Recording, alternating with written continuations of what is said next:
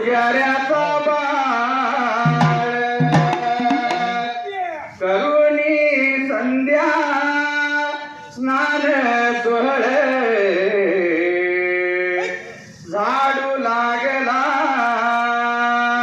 राऊळ उतरुणी शिळी पूजा ताज्या पाण्याचा दिलायाची ताळ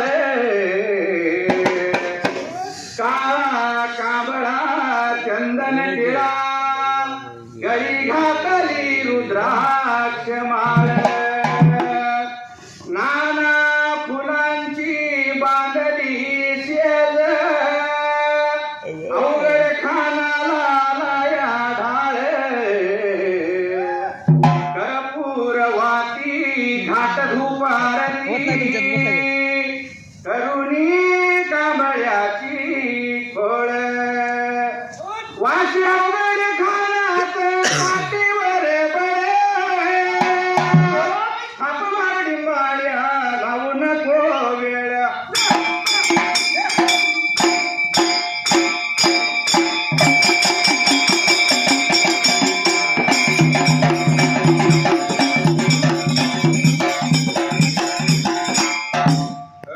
सुंदरान मांडल गै रामवीर घंटाला तिसऱ्याचे ज्या जयला बीज बघा पाना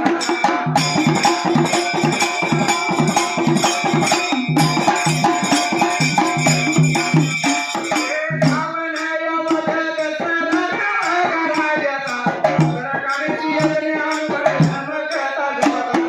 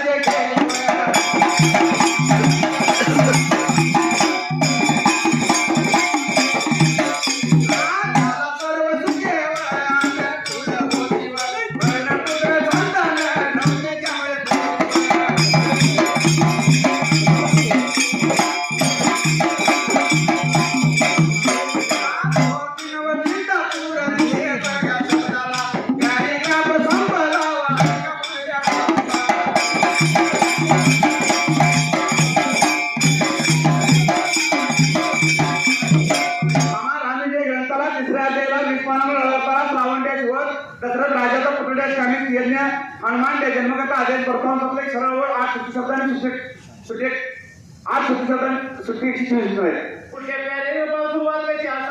दशरथ राजा अयोध्येच्या गादीवर बसल्यानंतर त्याने अनेक स्त्रियांची लग्न केली त्यात कौशल्या सुखराम सुमित्रा व कैकेयी अमुख्य होत्या त्यात कौशल्या पटराणी कैकेयी आवडती राणी होती त्याने मोठ्या न्यायाने राज्य केले त्याला सर्व सुखी अंकुर होती पण पुत्र संतान नव्हते त्यामुळे तो खिन्न व चिंतातूर दिशेत 5.5 ओळी 45 कार्य शकलाय एक दिवशी दशरथ राजा स्वप्न पाडले त्याने आपले गुरु वशिष्ठ ऋषी यांना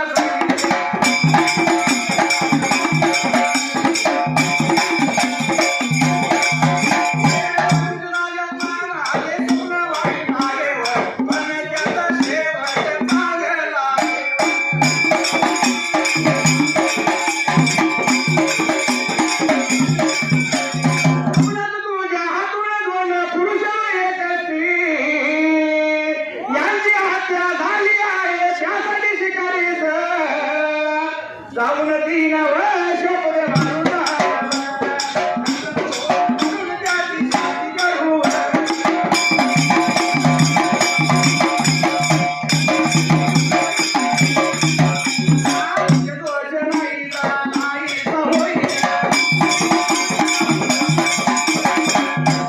दशरथ राजास वाईट स्वप्न पडले त्याने ते आपले गुरु वशिष्ठ ऋषींना सांगितले वशिष्ठ राजाच म्हणाले स्वप्न वाईट आहे परंतु राम पंचाचा शेवट चांगला आहे स्वप्नात तुझ्या हातून 2 पुरुष व 1 स्त्री यांची हत्या झाली आहे त्यासाठी शिकारी जाऊन ती स्वप्ने मारून आण. नंतर होम करून त्यांची शांती करू म्हणजे दोष नाही होईल. अवतरण चिन्ह पूर्ण 7.5 पंचावन्न शब्द आहेत. पुण्य पेरी कृपाला वशीच्या या ऋषीच्या राजा म्हणे साधीव अरण्यात आला.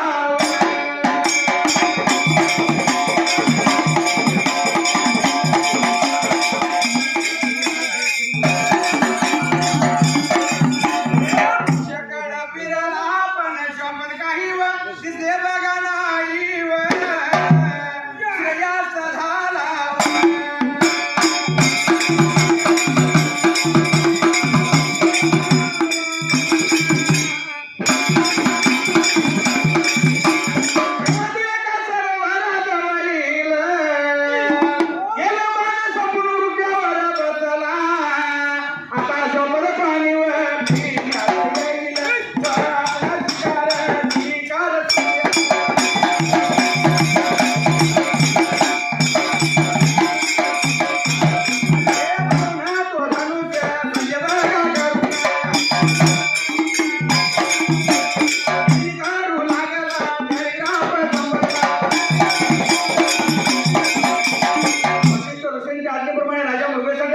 पुष्कळ फिरला पण शोभत काही दिसले नाही. सूर्यास्त झाला परशुराम. तेव्हा एका सर्व पानसापडा उजव्या त्याला एक क्षण आला. वृक्षावर बसला तर शोभत पाणी पिण्यास येईल आपला शिकार सापडे म्हणून तो धनुष सुसज्ज करून टेहडी करू लागला. 5.5 ओळी कुंजा छोटा काय शपलाय. कुठे पेरी कृपाला दैव बघा गतीने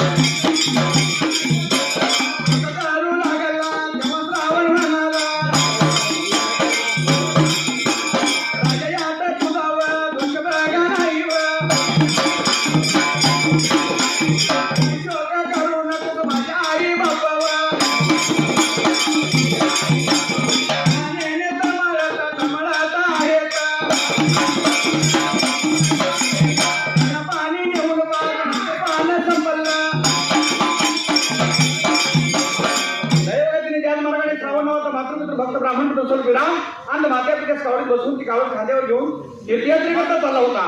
श्रावण त्या सरोवरापाशी विश्रांतीसाठी ठेवला तेव्हा आयडियाचे वडील त्याला म्हणाले,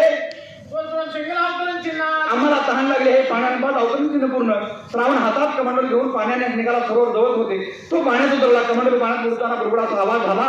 तो दशरथाच्या गाडी पडला. त्यावर दशरथ राजाने स्वतःच पाणी पित आहे स्वल्पविराम अशी समजून त्या शब्दाच्या नेमाने निर्माण भाग फोडला. तो अचूक श्रावणाच्या हृदयात शिरला. त्याबरोबर श्रावण धाडकन हाय हाय करत खाली पडला की शोकाचे शब्द कानी पडतात.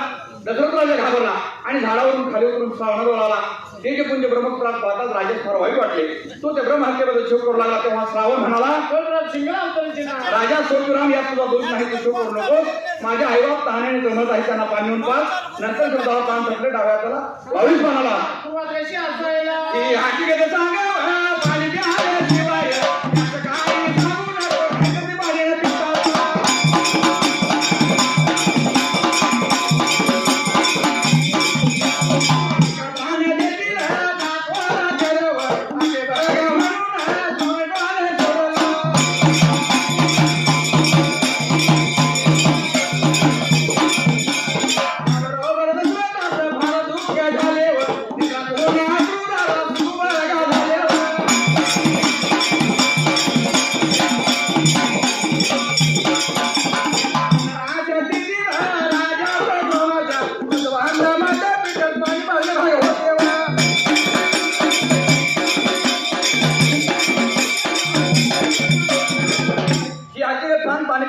काही सांगू नकोस, नाही तर ती पाण्याने पिता तत्काळ प्राण देतील. जातोराच्या अवतरण पूर्ण असे म्हणून श्रावणाने प्राण सोडला.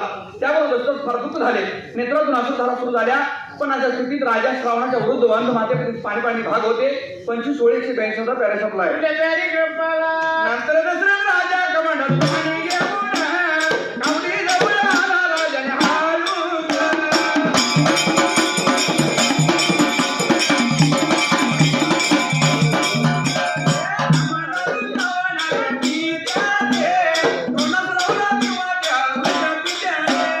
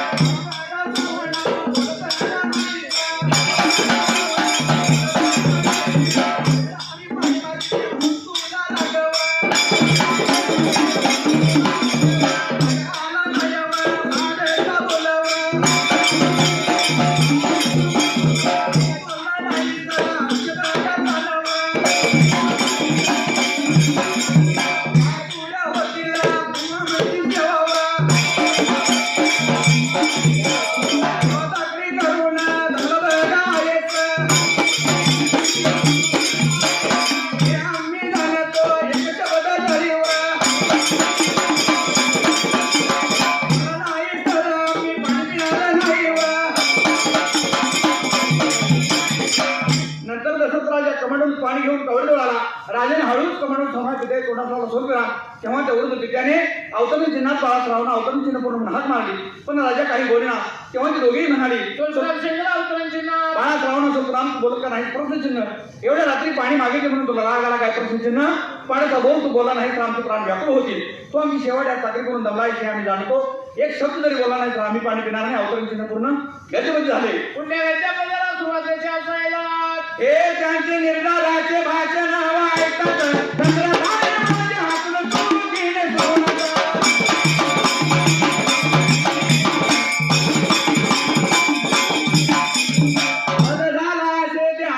वृद्धांना सांगितले तेव्हा त्या वृद्धांच्या शोकात